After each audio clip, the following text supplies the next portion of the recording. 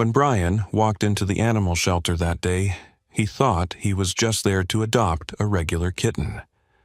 But the sound that hit his ears made everyone in the building freeze in horror. What he discovered about this crying kitten would expose a wealthy family's darkest secret and save a life that veterinarians said was impossible to save. Before you watch, remember to like and subscribe so you don't miss another touching story like this one.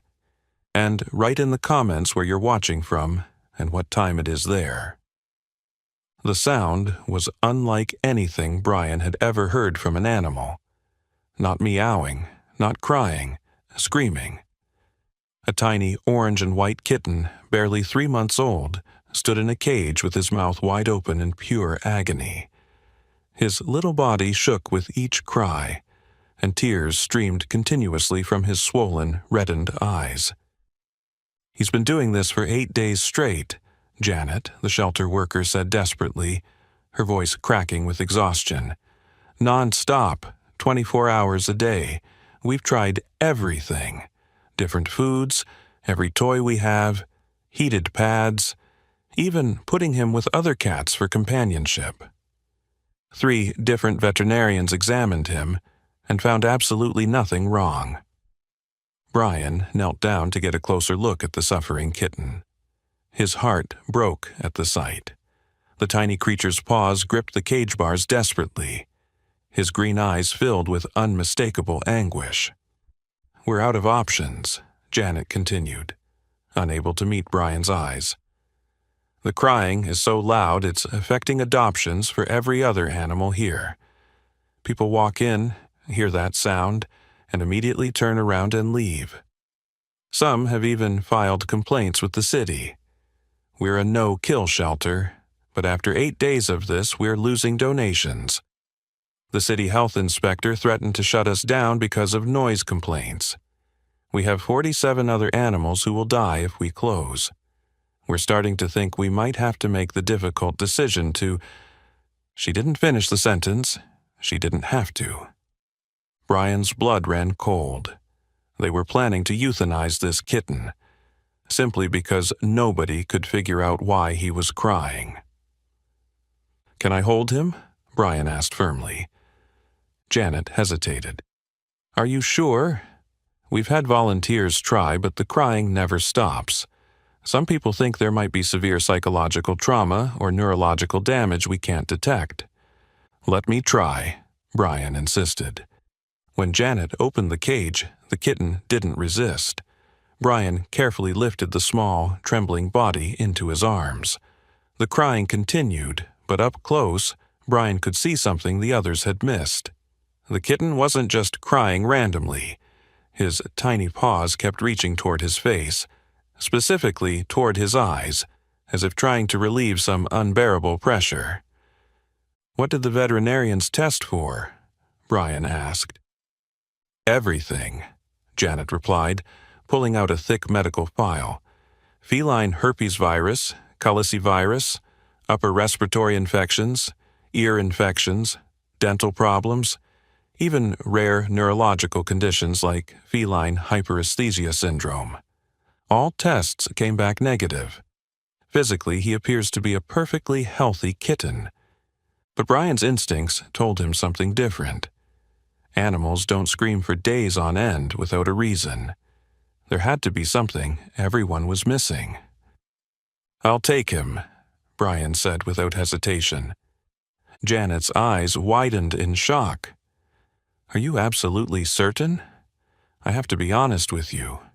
We have no idea what's causing this. He might cry like this forever. And our policy states we cannot take him back if the adoption doesn't work out." "I understand," Brian replied, looking down at the desperate kitten in his arms. "Sometimes animals just need someone who won't give up on them." The paperwork was processed quickly, too quickly. The staff seemed relieved to finally find someone willing to take on what they clearly considered a hopeless case. Brian paid the adoption fee and was handed a folder with the kitten's limited medical history. "We've been calling him Screamer," Janet admitted with an embarrassed laugh. Not very creative, I know. His name is Bernie, Brian said, looking at the kitten with determination, and we're going to figure out what's wrong. The car ride home was an ordeal. Bernie's screams seemed even louder in the confined space, echoing off the windows and dashboard. Brian had to pull over twice because the sound was so distracting. Other drivers at red lights stared at his car in confusion, trying to identify the source of the horrifying noise. At his apartment, Brian set up everything Bernie might need, but Bernie showed no interest. He just continued his relentless screaming, pacing as if desperately searching for something he couldn't find. The first night was brutal. By 3 a.m., Brian sat exhausted on his couch, watching Bernie pace and scream. "What is it, little guy?" Brian whispered. By the third day, the neighbors began complaining. The crying was keeping babies awake. Brian apologized, but privately he was starting to worry he was in over his head. Yet something about Bernie's obvious distress prevented him from giving up. Every instinct told him Bernie was in physical pain that no one had been able to identify. He made an emergency appointment with Dr. Sarah Martinez, who had the best reputation for feline ophthalmology in the city. Her specialty was eye conditions, and Brian had noticed Bernie's constant pawing at his face. At the veterinary clinic, Bernie's screams were so unusual that the entire waiting room fell silent. Even the receptionist looked disturbed. "I've worked with cats for 15 years, Dr. Martinez said as she led them into the examination room, "and I've never heard anything quite like that sound." Brian explained everything: the shelter, the abandonment, the 8 days of constant screaming at the shelter, the negative test results from 3 previous veterinarians. Dr. Martinez's examination was meticulous. She used a specialized ophthalmoscope to examine Bernie's eyes in detail, checking his tear ducts, corneas, and the surrounding tissue. She palpated the area around his eyes gently, noting Bernie's intense reaction. "Wait," she said suddenly, her voice changing. "There's significant swelling here in the nasolacrimal duct area. And look, his tears aren't draining properly. They're just pooling and overflowing." She continued her examination with renewed focus. "I need to perform a fluorescent dye test and possibly a dacryocysterhynography, essentially an X-ray of his tear drainage system." "What do you think it is?" Brian asked, his heart pounding. "I'm not certain yet," Dr. Martinez replied carefully. "But if I'm right, this kitten has been in constant severe pain for at least 12 days, possibly longer. The tests took 2 hours. Brian waited anxiously in the lobby, Bernie's screams echoing from the examination room. Other pet owners looked at him with a mixture of sympathy and discomfort. Finally, Dr. Martinez emerged with Bernie in her arms, still screaming, and a grave expression on her face. "I found it," she said. "Bernie has a severe bacterial infection in his nasolacrimal duct, his tear drainage system. The infection has created a complete blockage, causing enormous pressure buildup. Imagine having a constant, unbearable migraine centered directly behind your eyes. That's what he's been experiencing." "But 3 other vets examined him," Brian said in disbelief. "How did they miss it?" "Because the infection is caused by Pseudomonas aeruginosa, a particularly aggressive bacterium that created a biofilm deep in the duct. It's not visible with a standard examination. You need specialized equipment to detect it." She paused. "I have to be honest with you, Brian. In my 15 years of practice, I've never seen a kitten survive this level of constant distress for 12 days. His cortisol levels should have caused organ failure by now. It's medically unprecedented that he's still alive." Brian felt tears welling up. "Can you help him?" Yes, Dr. Martinez said firmly, but it requires immediate surgery, a dacryocystohenostomy. It's a microsurgical procedure where we create a new drainage pathway. It's rarely performed on kittens this young. The surgery is delicate and carries risks. What happens if we don't do it? Brian asked, though he already knew the answer. The infection will spread to his brain within 24 hours. He'll die. Do the surgery, Brian said without hesitation. Save him. Dr. Martinez nodded. We'll prep him immediately. The surgery took nearly 4 hours. Brian refused to leave the clinic, pacing the waiting room as time crawled forward. He'd known Bernie for less than a week, but the thought of losing him was unbearable. Finally, at 8:47 p.m., Dr. Martinez emerged from the surgical suite. Her scrubs were stained, her face exhausted, but she was smiling. "He made it," she said, and Brian, the moment we removed the blockage and relieved the pressure, he stopped crying. After 12 days of constant screaming, just complete silence. I've never witnessed anything like it in my entire career. Brian felt overwhelming relief wash over him. "Can I see him?"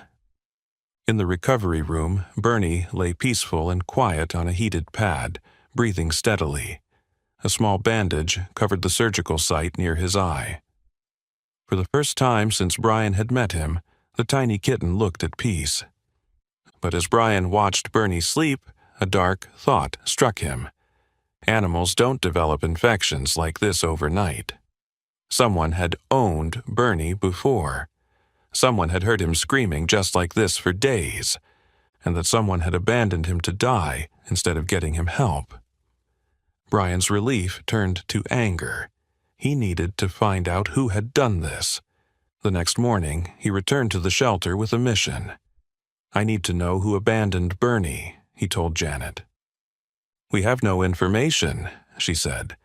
"But Kim's Electronics across the street has security cameras that might have caught something." Mr. Kim pulled up the footage. At 5:47 a.m., a luxury sedan appeared. A man in a butler's uniform placed Bernie's carrier at the shelter door and quickly drove away. The license plate was partially obscured, but after hours of detective work, Brian traced the car to Michael Chen, a wealthy businessman in Hillcrest, the city's most exclusive neighborhood.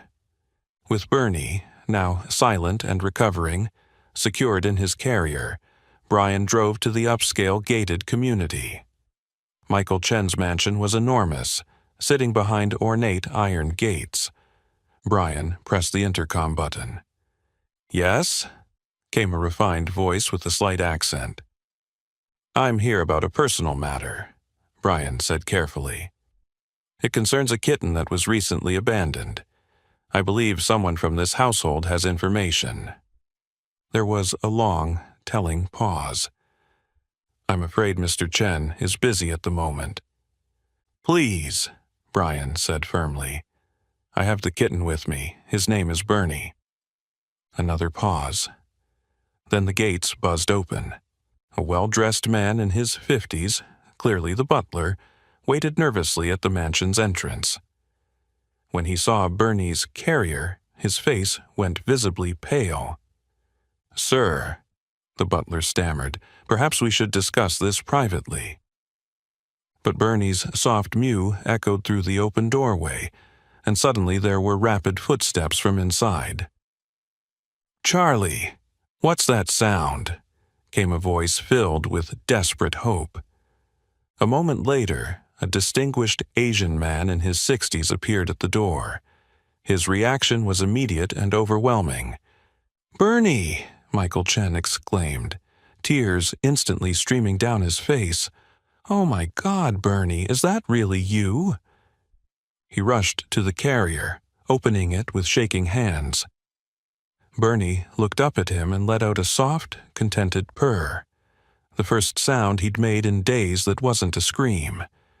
Michael lifted Bernie gently, cradling him against his chest, sobbing openly. "My boy, my sweet boy." I thought you were gone forever." The butler, Charlie, stood frozen, his face a picture of guilt and horror. Inside the mansion's elegant living room, the truth finally came out. "The crying started about 2 weeks ago," Charlie began, his voice heavy with shame. Constant, unrelenting screaming that echoed through every room. Michael listened in stunned silence as his trusted employee of 12 years continued. "I called 3 veterinarians to the house. They all found nothing wrong. They said it was grief over Mrs. Chen passing 6 months ago." Charlie's voice cracked. "But I could see it was destroying you, sir. Bernie was her final gift to you. Watching him suffer was breaking your heart all over again." Charlie paused, wiping his eyes. I thought if I took him to the shelter, their veterinary team might find something we missed. They see hundreds of animals. They have specialists.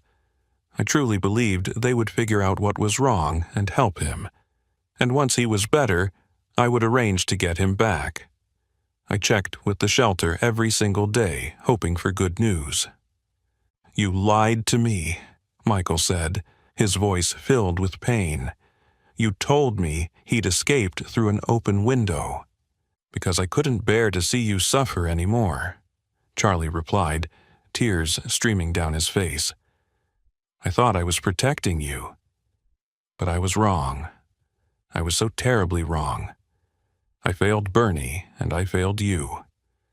Michael looked at Brian with immense gratitude. "How did you find him? How did you know?" Brian explained everything. The screaming, the sleepless nights, Dr. Martinez's diagnosis, the surgery. "Bernie had a severe bacterial infection blocking his tear duct," Brian said. "He was in constant, unbearable pain. The surgery saved his life." Michael held Bernie closer, his whole body shaking with sobs of relief. "Thank you," he whispered. "Thank you for not giving up on him." Michael turned to Charlie, his expression hardening. "You're fired. Pack your things and leave." Charlie nodded, accepting his fate without protest. Michael insisted on reimbursing Brian for all medical expenses. "You saved my wife's last gift to me," he said, his voice thick with emotion. "You gave me back the only family I have left." 3 weeks later, Brian received a photo. Bernie sat on a sunny windowsill, eyes bright and clear, healthier than ever. The caption read, "He hasn't made a sound except purrs." You saved his life. Did you enjoy this story? If you heard a kitten screaming non-stop for 8 days and every expert said there was no hope, would you have adopted him anyway? Yes or no? Let us know in the comments below. If you like the story, subscribe to this channel and leave a like. Thanks so much for listening. See you in the next video. Have a great day.